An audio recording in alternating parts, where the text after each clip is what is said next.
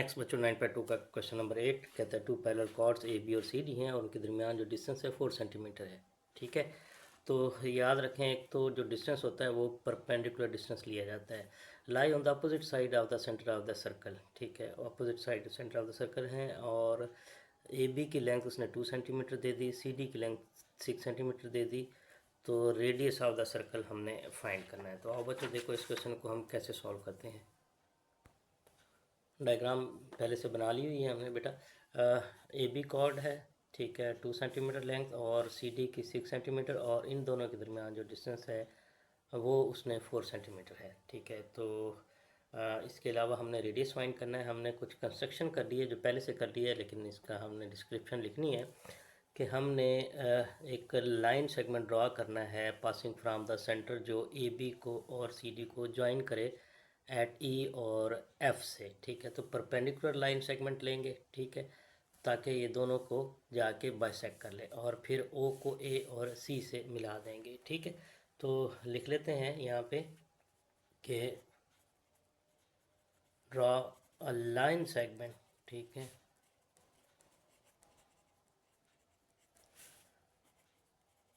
Passing through centre. ठीक है, centre हमारे पास कौन सा है, ओ से। ठीक है, which is perpendicular on A B at E and C D at F. ये हमने लिख लिया। फिर हम क्या करेंगे कि ज्वाइन कर लिया हमने ओ को विद ए एंड सी। ठीक है, इनको ज्वाइन कर लिया। अब ओ को ए से ज्वाइन कर लिया और ओ को सी से ज्वाइन कर लिया, ये आपके रेडियस हो गए। ठीक है, अब हमने रेडियस फाइंड करना है। थोड़ा सा पहले देखना है कि ये चूँकि परपेंडिकुलर है इसको बाइसेक्ट करेगा, ये आपका 1 हो जाएगा। इसी तरह ये इसको बाइसेक्ट करेगा, ये इसका हाफ यानी 3 हो जाएगा। तो ये भी हम लिख लेते हैं। पहले इनके जो है बाइसेक्टर्स जो हमने वो फाइंड कर लेते हैं। हम लिखेंगे कि जो हमारा ए ई है, ठीक है, वो इक्वल है 1/2 ऑफ ए बी के। और रीज़न हमने लिखनी होती है, हम लिखेंगे कि ओ ई हमने परपेंडिकुलर ड्रॉ किया है ए बी के ऊपर। ठीक है, तो यहाँ से हमारे पास ए ई जो है वो आ जाएगा 2 तो 1 सेंटीमीटर हमें ए बी मिल गया बच्चों। इसी तरीके से हम लिखेंगे कि हमारे पास जो सी एफ है, ठीक है, वो 1/2 ऑफ आपका सी डी होगा। और उसकी रीज़न क्या है कि हमारा ओ एफ परपेंडिकुलर है वो आपके सी डी के ऊपर है। ठीक है, तो ये हो गया। तो सी एफ हमें मिल जाएगा, सी एफ हमारा हो जाएगा 6/2 इज इक्वल टू 3 सेंटीमीटर हमारे पास हो गया। ठीक है, अब ये देखें, हम इन दो राइट ट्राइंगल्स के ऊपर 1 बाय 1 पाइथागोरस थ्योरम लगाएंगे। तो इन दोनों जो कॉर्ड्स के दरमियान जो टोटल डिस्टेंस है ये उसने 4 सेंटीमीटर दे दिया है। अगर हम हमारे पास ओ ई और ओ एफ का डिस्टेंस नहीं पता, ठीक है, अगर हम किसी एक डिस्टेंस को वाई कंसीडर कर लें, ये हमारा वाई है तो ये टोटल 4 है, तो ये जो डिस्टेंस होगा वो 4 माइनस वाई हो जाएगा। तो इसको हम 4 माइनस वाई हम लिख लेते हैं। तो हम क्या करते हैं, हम ये वाली राइट ट्राइंगल को कंसीडर कर लेते हैं। हम लिखेंगे कि इन राइट ट्राइंगल कौन सी की बात कर रहे हैं, हम ए ओ ई की बात कर रहे हैं। ठीक है, इसके अंदर हम लिख लेंगे आपका पाइथागोरस थ्योरम लगा रहे हैं, ए ओ का square is equal to O E का स्क्वायर और प्लस ए ई का स्क्वायर। ठीक है, वैल्यूज़ जो अवेलेबल हैं वो हम पुट कर लेते हैं। ए ओ आपका एक्स है तो हम लिख लेंगे एक्स की 2 और ओ ई जो है हमने वाई सपोज किए हुए, ये वाई की 2 हो जाएगा। और ए ई जो है आपने 1 लिया हुआ है तो 1 का स्क्वायर 1 है, वो हम डायरेक्टली 1 लिख लेते हैं। ये हमारी इक्वेशन नंबर 1 होगी, ये हमारे आगे काम आ जाएगी। इसको हम इक्वेशन नंबर 1 कर लेते हैं। अब देखें दूसरी हमारी जो ट्राइंगल है इसको हम राइट ट्राइंगल को ले लेते हैं। हम लिखेंगे इन राइट ट्राइंगल, कौन से वाली की बात कर रहे हैं हम, सी एफ ओ की बात कर रहे हैं। यहाँ पे भी हम पाइथागोरस थ्योरम अप्लाई करेंगे। हम लिखेंगे कि हमारा सी ओ का स्क्वायर है वो इक्वल है सी एफ का स्क्वायर और प्लस ओ एफ का स्क्वायर। ठीक हो गया। सी ओ आपका एक्स की 2 है, एक्स हमने इसको सपोज किया हुआ है सी ओ, तो एक्स की 2 हो जाएगा।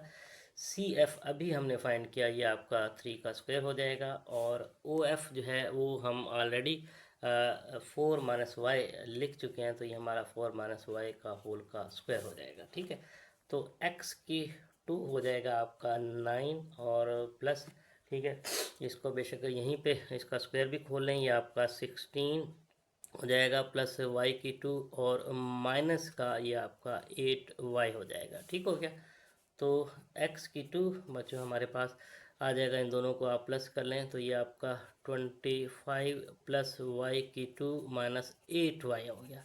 ये बच्चों आपकी इक्वेशन नंबर 2 हो गई है। ठीक है, अब ज़रा देखें इक्वेशन नंबर 1 की जो लेफ़्ट साइड है वो भी x की 2 है, और इक्वेशन नंबर 2 की जो लेफ़्ट साइड है वो भी आपकी x की 2 है। तो दोनों इक्वेशन को हम कंपेयर कर लेते हैं, तो लेफ़्ट साइड और राइट साइड के हम इक्वल लिख सकते हैं। तो हम लिखेंगे कि कंपेयरिंग, ठीक है, कंपेयरिंग आप इक्वेशन 1 एंड 2, तो हमारे पास इस साइड को हम लेफ़्ट साइड पे ले लेते हैं, हमारा हो जाएगा 25 प्लस वाई की 2 minus 8y equal to Y की 2 प्लस 1। ठीक है, तो हम सारी वैल्यूज़ उधर ले जाते हैं, हम ये माइनस 8y को इधर छोड़ देते हैं, 8y इधर आ जाएगा, y की 2 प्लस 1 माइनस 25 और माइनस y की 2 हो जाएगा। ठीक हो गया, अब देखें ये y की 2 से कैंसिल हो गया, तो 25 में से 1 गया, माइनस का 24 और डिवाइडेड बाय ये माइनस 8 इधर आके डिवाइड हो जाएगा। तो यहाँ से बच्चों आपके पास y आ जाएगा, इसको कट करेंगे तो आपका 3 सेंटीमीटर y आ गया। ठीक है, अब y हमारे पास आ गया। देखें हमारे पास इक्वेशन नंबर 1 जो है उसमें x2 इक्वल टू वाई की 2 प्लस 1 है, यहाँ y की वैल्यू पुट कर लेते हैं, तो लिखेंगे पुट वैल्यू, ठीक है, इन इक्वेशन 1 के अंदर, तो हमारे पास हो जाएगा x की 2 इज इक्वल टू वाई का स्क्वायर यानी 3 का स्क्वायर प्लस 1 हो जाएगा, तो x हो जाएगा ये आपका 9 प्लस 1 का स्क्वायर, स्क्वायर रूट दोनों तरफ का स्क्वायर रूट ले लिया, तो x आ जाएगा 10 का स्क्वायर रूट, तो 10 का स्क्वायर रूट बच्चों आपका 3.16 सेंटीमीटर तकरीबन आता है। तो ये था बच्चों आपका क्वेश्चन नंबर 8। नेक्स्ट हमारे पास क्वेश्चन नंबर 9 है, इसमें कहता है कि पी क्यू और R S two parallel chords हैं lying on the same side of the centre. अब ये कॉर्ड जो है ये same side of the centre हैं, और उनके दरमियान डिस्टेंस उसने 2 सेंटीमीटर दे दिया, और दोनों की लेंथ दे दी, पी क्यू 8 सेंटीमीटर और आर एस आपका 10 सेंटीमीटर है, और radius of the circle find करने के लिए उसने कहा है। लेकिन साथ के साथ हम डायग्राम भी देख लेते हैं, डायग्राम बना ली, 2 कॉर्ड्स हैं ये देखें, ठीक है, सर्कल की एक साइड पे हैं एक आर एस है और एक पी क्यू है। आर एस की लेंथ उसने दे दी हमें 10 सेंटीमीटर, और पी क्यू की लेंथ हमारे पास 8 सेंटीमीटर है, और इन दोनों कॉर्ड्स के दरमियान जो डिस्टेंस है उसने 2 सेंटीमीटर दिया हुआ है। ठीक है, तो ये पहले हमसे कॉर्ड ड्रॉ कर ली, फिर हमने कुछ कंस्ट्रक्शन की है। तो एक तो हमने ओ से परपेंडिकुलर ड्रॉप किया है, जिसने आर एस को टी और पी क्यू को यू पे ज्वाइन किया है, 90 का एंगल बनाएगा। फिर हमने P को O से मिला दिया और R को भी O से मिला दिया, तो RO और PO दोनों इक्वल हैं और दोनों रेडियस हैं, और इस क्वेश्चन में हमने रेडियस ही फाइंड करना है। तो आओ बच्चों देखो इस क्वेश्चन को कैसे सॉल्व करते हैं। सबसे पहले जो हमने कंस्ट्रक्शन की है वो हम लिख लेते हैं, हम लिखेंगे कि फ्रॉम O, ठीक है, हमने ड्रॉप किया, क्या ड्रॉप परपेंडिकुलर ऑन, ठीक है, RS एंड PQ, ठीक है, विच मीट्स, ठीक है, them at T and U, ठीक है, रेस्पेक्टिवली। तो ये हमने ये लिख लिया, और दूसरा बेशक लिख लें या ना लिखें, हम लिखेंगे कि join O with R and P। तो ये जो कंस्ट्रक्शन थी वो हमने सारे लिख ली हुई है। अब इस क्वेश्चन को हमने सॉल्व करना है, हमने डिस्टेंस फाइंड रेडियस फाइंड करना है। तो देखें हमारे पास 2 राइट ट्रायंगल बन गई, एक ये वाली राइट ट्रायंगल और एक ये वाली राइट ट्रायंगल। ठीक है, तो इन दोनों को सॉल्व करके हम कुछ ना कुछ निकाल कर लेंगे, आर हमारा फाइंड हो जाएगा।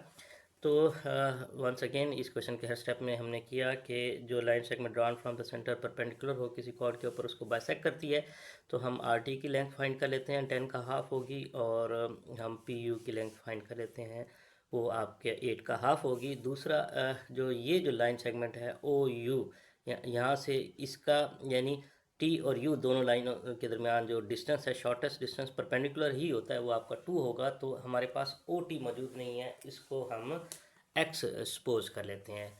तो ये है क्वेश्चन। देखो बच्चों, हम इसको कैसे सॉल्व करते हैं। सबसे पहले हम राइट ट्रायंगल, सबसे पहले इनके बाइसेक्टर्स हम फाइंड कर लेते हैं। हम लिखेंगे कि जो आपका आर टी है वो बच्चों 1/2 ऑफ आर एस है, ठीक है। उसकी रीज़न क्या है कि आपका ओ टी जो है वो परपेंडिकुलर है, वो आर एस के है, ठीक हो गया।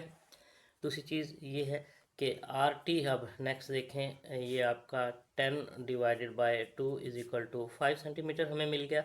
इसी तरीके से हम पी यू भी साथ के साथ फाइंड कर लेते हैं। हम लिखेंगे कि हमारा जो पी यू है वो इक्वल है 1/2 ऑफ पी क्यू, ठीक है। और रीज़न उसकी क्या है कि हमारा ओ यू परपेंडिकुलर है पी क्यू के, ठीक हो गया। अब देखें, पी यू हमारा हो जाएगा, पी क्यू हमारा 8 है, 8/2 कर लेंगे, ये आपका 4 सेंटीमीटर हो जाएगा, ठीक है। दोनों के हमने बाइसेक्टर्स फाइंड कर लिए हैं। तो हम कंसिडर कर लेते हैं right triangle R O T. हम लिखेंगे in right angle triangle R O T की हम बात कर रहे हैं, ठीक है। पाइथागोरस थ्योरम हम लगाएंगे। हम लिखेंगे आर ओ का जो स्क्वायर है वो आर टी का स्क्वायर और प्लस ओ टी के स्क्वायर के बराबर है, ठीक है। आर ओ आपका आर है, आर के स्क्वायर कर लेंगे। आर टी अभी आपने फाइंड किया, आपका 5 का स्क्वायर हो जाएगा। और ओ टी आपने एक्स सपोज किया हुआ है, ये आपका एक्स का स्क्वायर हो जाएगा, ठीक हो गया। तो आर स्क्वायर हो गया आपका बच्चों 25 प्लस एक्स की 2। इसको हम इक्वेशन नंबर 1 कर लेंगे। ये सिमिलरली क्वेश्चन जैसे पिछला क्वेश्चन सॉल्व किया था उसी की तरह जा रहा है। अब हम दूसरी राइट ट्रायंगल ले लेंगे। हम लिखेंगे इन राइट ट्रायंगल, कौन सी की बात कर रहे हैं हम, पी यू ओ की बात कर रहे हैं। इसमें भी हम वही पाइथागोरस थ्योरम लगाएंगे। हम लिखेंगे पाइथागोरस थ्योरम पी ओ का स्क्वायर, पी यू का स्क्वायर और प्लस ओ यू का स्क्वायर, ठीक है। तो पी ओ जो है आपका, अगेन ये आर है, आर का स्क्वायर हो जाएगा। पी यू आपने फाइंड कर लिया 4 का स्क्वायर, और ओ यू जो है हमारा ये वाला, ये देखें, ये आपका एक्स प्लस 2 का स्क्वायर हो गया, ठीक हो गया। इसको फर्दर हम सॉल्व करेंगे। आर स्क्वायर आपका आ जाएगा, ये आपका 16 हो गया। ये हो जाएगा आपका एक्स की 2 प्लस 4 प्लस 4 एक्स हो जाएगा, ठीक हो गया। तो देखें, आर स्क्वायर आपका हो जाएगा, इनको प्लस कर ले, 20 प्लस एक्स की 2 प्लस का 4x। इसको हम इक्वेशन नंबर 2 कर लेते हैं, ठीक है। अब देखें, हमारी जो इक्वेशन नंबर 1 और इक्वेशन नंबर 2 के जो दोनों साइडें हैं वो एक जैसी हैं। दोनों इक्वेशंस को हम कंपेयर कर लेंगे। तो हम लिखेंगे कंपेयरिंग इक्वेशन 1 एंड 2, ये हम लिख लेते हैं, दोनों को कंपेयर कर लेते हैं। जो ये वाली इक्वेशन है इसको हम लेफ़्ट साइड पे लिख लेंगे, 20 प्लस एक्स की 2 प्लस का 4x, वो इक्वल आ जाएगा, ठीक है, आपके 25 प्लस एक्स की 2 के, ठीक हो गया। तो यहाँ पे हम ये 4x को छोड़ के बाकी वैल्यूज़ उधर ले जाते हैं। 4x हमारे पास आ जाएगा 25, और ये 20 इसी के साथ आके माइनस कर लेते हैं, ठीक है, प्लस एक्स की 2 और माइनस एक्स की 2, एक्स की 2 से कैंसिल हो गया। तो आपके पास जो x आ जाएगा, 25 में से 20 गया, 5/4 आ जाएगा। यहाँ से हमारे पास x की वैल्यू आ गई। अब इस x की वैल्यू को हम इक्वेशन नंबर 1 जो हमने ली थी उसके अंदर हम पुट कर लेते हैं। तो हम लिखेंगे पुटिंग वैल्यू, ठीक है, इन इक्वेशन 1। तो हमारे पास जो आर स्क्वायर हो जाएगा बच्चों, वो हो जाएगा 25 प्लस 5/4 का स्क्वायर हो जाएगा। इसको आप डायरेक्ट कैलकुलेटर से भी कर सकते हैं, लेकिन नहीं, थोड़ा सा मैनुअल मेथड भी आना चाहिए करने का, उस मेथड से हम देख लेते हैं। हम लिखेंगे R square is equal to 25/1 कर लेते हैं, और इस साइड पे हो जाएगा आपको 25/16 हो जाएगा, ठीक है। तो डिनोमिनेटर हम सेम करेंगे, तो इसको 16 से मल्टीप्लाई नीचे भी कर लेते हैं और ऊपर भी कर लेते हैं। तो बच्चों आपका आर स्क्वायर आ जाएगा, ऊपर वालों को इनको मल्टीप्लाई करें तो ये आपका 400/16 और प्लस 25/16 हो गया। डिनोमिनेटर आपके सेम हो गए, तो एलसीएम आपका 16 हो जाएगा, आपका 400 प्लस 25 हो जाएगा, ठीक है। नेक्स्ट देखें, अब आर स्क्वायर जो आपका आ जाएगा बच्चों, वो आ जाएगा 425/16 तो आर अगर हमने फाइंड करना है तो हम क्या करेंगे, दोनों तरफ का स्क्वायर रूट ले लेंगे। 425 डिवाइडेड बाय 16 का स्क्वायर रूट, दोनों तरफ से स्क्वायर रूट लेंगे, इसका स्क्वायर कैंसिल हो जाएगा। तो इसको अगर आप कैलकुलेटर से सॉल्व करें तो बच्चों आपका 5.15 सेंटीमीटर तकरीबन ये आंसर आ जाता है। ये था आपका बच्चों क्वेश्चन नंबर 9।